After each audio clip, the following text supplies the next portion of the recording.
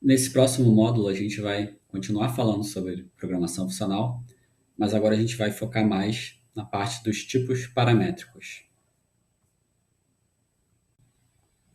Os tipos paramétricos também são conhecidos como tipos genéricos, a gente chama assim em C++ e em Java, e também como polimorfismo paramétrico. Tá? Então, esses termos são sinônimos para a gente. A gente já falou de tipos paramétricos quando a gente viu a função map. Né? A map ela recebe uma lista e transforma em uma outra lista de acordo com a função de transformação. Mas tanto a lista, quanto a lista retornada, quanto a função de transformação, esses tipos delas não estão totalmente especificados. Eu sei que é uma lista de alguma coisa, mas essa alguma coisa também é um parâmetro. O tipo A aqui, ele não é um tipo concreto, ele é um tipo abstrato, pode ser que qualquer tipo. Por isso que a gente diz que são tipos genéricos. E a mesma coisa vai valer para a função filter, ela também recebe dois parâmetros, mas o tipo desses parâmetros também não está totalmente especificado, e o mesmo vale para a função fold, nesse caso ela recebe três parâmetros, e os tipos desses parâmetros também não estão totalmente especificados, assim como o retorno. Bom, a vantagem é que eu preciso especificar uma função só e ela vai funcionar para um conjunto infinito de tipos. Eu posso ter lista de inteiro, lista de booleanos, lista de inteiros, enfim, qualquer tipo a map vai funcionar. Se eu fosse fazer uma map em C, por exemplo, que não tem tipos paramétricos, eu vou ter que começar a passar void, asterisco, e vou perder aquela segurança de tipos que a gente vê muito forte em linguagens funcionais. Linguagens funcionais ou as linguagens mais modernas, mesmo as não funcionais, também estão vindo com esse suporte a tipos paramétricos. Antes de entrar mais a fundo em tipos polimórficos, a gente vai dar um passinho atrás e a gente vai olhar mais de perto a implementação de listas e também das funções map, filter e fold. A Haskell já tem listas, mas é possível nós, como programadores, também criarmos tipos novos, e é o que a gente vai focar agora nos próximos slides. Então, vamos falar de tipos de usuários, usuários aqui no caso, usuários da linguagem, os programadores que a gente está falando. A gente já viu em alguma aula que a gente pode definir novos tipos desse jeito aqui. Então, aqui eu estou definindo um novo tipo pessoa, que é equivalente a uma tripla string inteiro e booleano. No caso, era o nome da pessoa, a idade dela e se ela era do gênero masculino. Mas essa funcionalidade do type, ela ainda não é tão interessante porque ela é só um apelido. Lembrando, em C seria um typedef. Basicamente, eu estou falando que uma tripla é um sinônimo de pessoa. Então, em qualquer lugar que eu use pessoa, na verdade, se eu copiar e colar essa tripla aqui, também funcionaria. Então, é só um apelido, não é realmente um tipo novo para o Haskell. Tanto que eu posso criar aqui como uma tripla, esse P é uma pessoa, mas em lugar nenhum aqui eu preciso usar um construtor de tipo ou algo mais explícito que identifique esse tipo aqui. São realmente intercambiáveis. Eu posso usar tanto isso quanto isso que a linguagem vai entender. O Haskell ele oferece uma outra forma de criar novos tipos, que é através desse construtor de tipos aqui, esse data.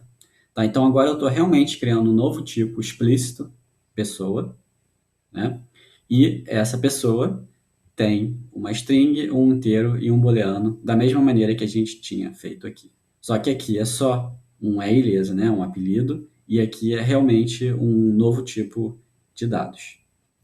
Então, aqui vai aparecer o nome do tipo, aqui é o nome do construtor do tipo, Tá? Em geral, se for um tipo simples como esse, o construtor vai ser também o mesmo nome do tipo.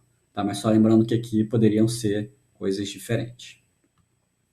E aí, se eu quiser agora usar, né, criar uma pessoa, eu posso aqui dizer P é do tipo pessoa. Né? Isso aqui é opcional, a gente já viu que Haskell tem inferência de tipos.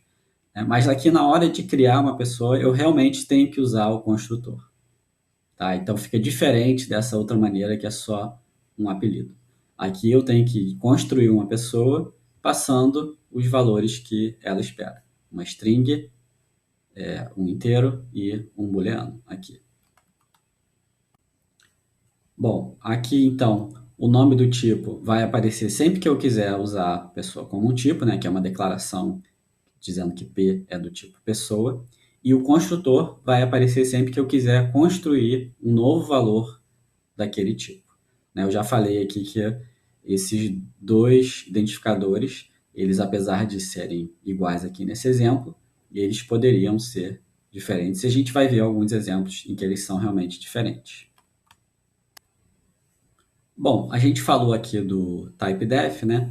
E essa construção aqui, ela seria equivalente ao que se eu tivesse em C, por exemplo, ou alguma outra linguagem que você use.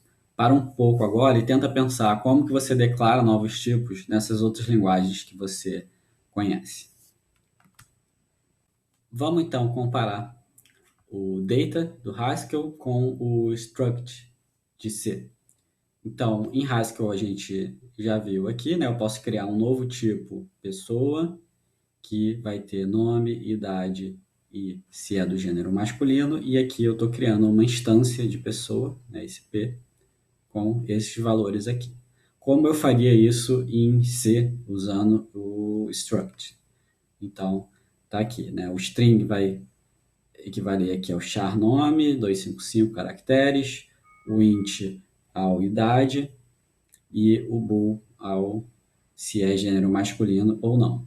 E aí, para eu declarar uma pessoa em Haskell, eu ponho P, dois pontos, pessoa. Em C, eu ponho struct pessoa P. E para criar uma instância, os valores, né, para dar os valores dessa pessoa, eu uso o construtor e passo os valores aqui. E aqui, no caso, eu uso essa sintaxe de chaves, que fica implícito que é posicional aqui, né, exatamente como é posicional aqui também no caso do Haskell. Tá? Então tem uma diferença aqui sutil, que em C eu tenho, além das posições, né, eu também tenho identificadores internos aqui. Tá? Tem uma maneira de fazer isso também em Haskell, mas a gente não vai ver, porque os nossos tipos vão ser simples, né? Então é fácil lembrar as posições aqui. Agora vai começar a ficar mais interessante, é que o data do Haskell, ele não é só equivalente ao struct, tá? Ele é mais poderoso que o struct. Então, ele também é equivalente ao enum.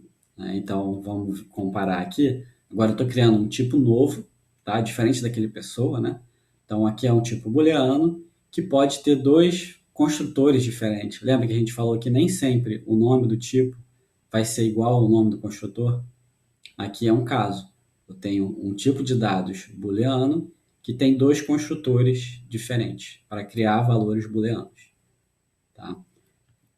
E o equivalente em C seria uma enumeração. Tá? Então, estou criando uma enumeração bool que tem também dois valores possíveis aqui.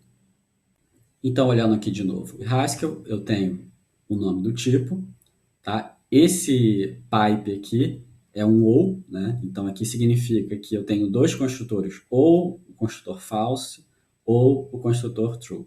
São duas possibilidades. E aqui tem o nome dos construtores, como a gente viu no caso lá do tipo pessoa também. E para eu criar um valor desse tipo, eu posso declarar o tipo b bool, né, que é o nome do tipo, e vou usar um dos dois construtores, né, ou o false ou o true. E no caso de C, também é parecido. Vou declarar uma variável b do tipo enum bool, e aí eu tenho que escolher um dos valores possíveis aqui. Bom, vamos mais ainda além um pouco. a gente vai ver que o data ele pode substituir o enum, o struct e o union de C também. Vamos ver aqui um exemplo um pouquinho mais complicado. Tá, agora eu tenho um tipo novo aqui, membro, né? Imagina que é um membro da UERJ. Ele pode ser ou um professor ou um aluno, tá? Com esses parâmetros aqui para os dois casos, tá? Então aqui, por exemplo, se for um aluno, vai ter o período dele e o CR dele. São duas propriedades que o aluno tem, mas que o professor não tem. E como que eu faria esse exemplo inteiro aqui em C? Ficaria mais complicado, né? Primeiro eu precisaria de uma enumeração, justamente para representar aqui, para diferenciar os dois tipos, os dois subtipos possíveis que eu tenho para membro. Então vai ser uma enumeração membro, que pode ser ou professor ou aluno. Depois eu vou criar uma struct, tá? O que precisa ter nessa struct? Vão ser duas coisas. A primeira é, em um dos campos da struct, é saber qual é o subtipo, né? Se vai ser ou um professor ou um aluno.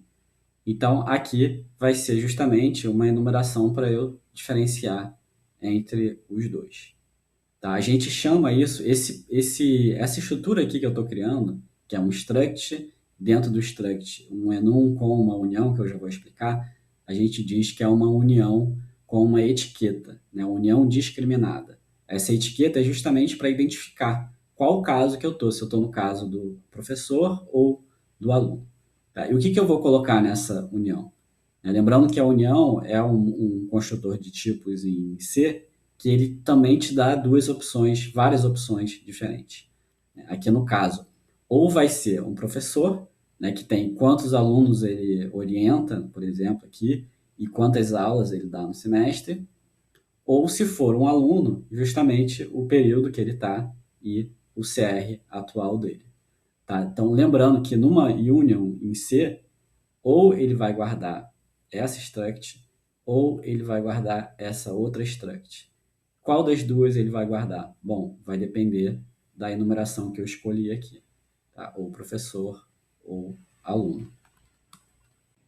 E aí, para eu criar agora um aluno, mesma coisa aqui que esse aluno de cima, construir aqui embaixo ele em C, então vai ser um struct membro, né? Porque é essa estrutura inteira aqui que eu quero guardar.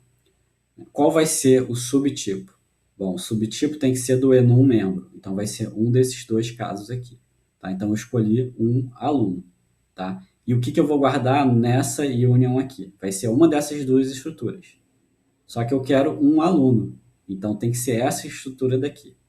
Tá? Então essa estrutura espera um período e um CR aqui. Então período, quinto período, CR 6.8. Então, essa declaração aqui embaixo vai corresponder a essa declaração aqui em cima, em Haskell. Tá? Então, nota aqui como o Haskell tem uma forma muito mais enxuta, né, de descrever um tipo complicado aqui, como esse aqui.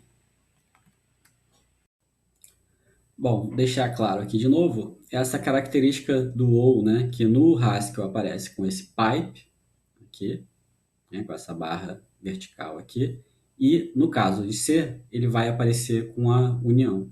Tá? A união é ou essa linha ou essa linha. E aqui no membro vai ser ou essa linha inteira ou essa linha inteira aqui.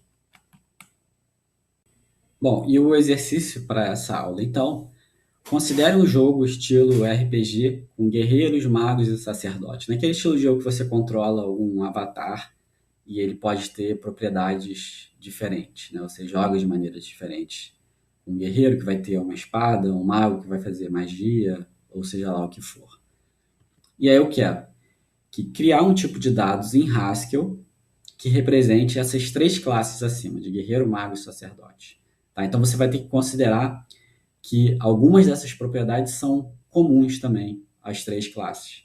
Então, por exemplo, tanto o guerreiro, quanto o mago, quanto o sacerdote tem nome, altura, idade, etc. Mas também tem coisas que não estão em comum. Tá? Então, eu quero que tente representar esse tipo de padrão aqui em Haskell. e depois fazer a mesma coisa em C usando enum, struct e union. Então é parecido com o último exemplo, tá? Só que é um pouco mais complicado porque tem propriedades em comum e tem propriedades que não são em comum entre as três classes.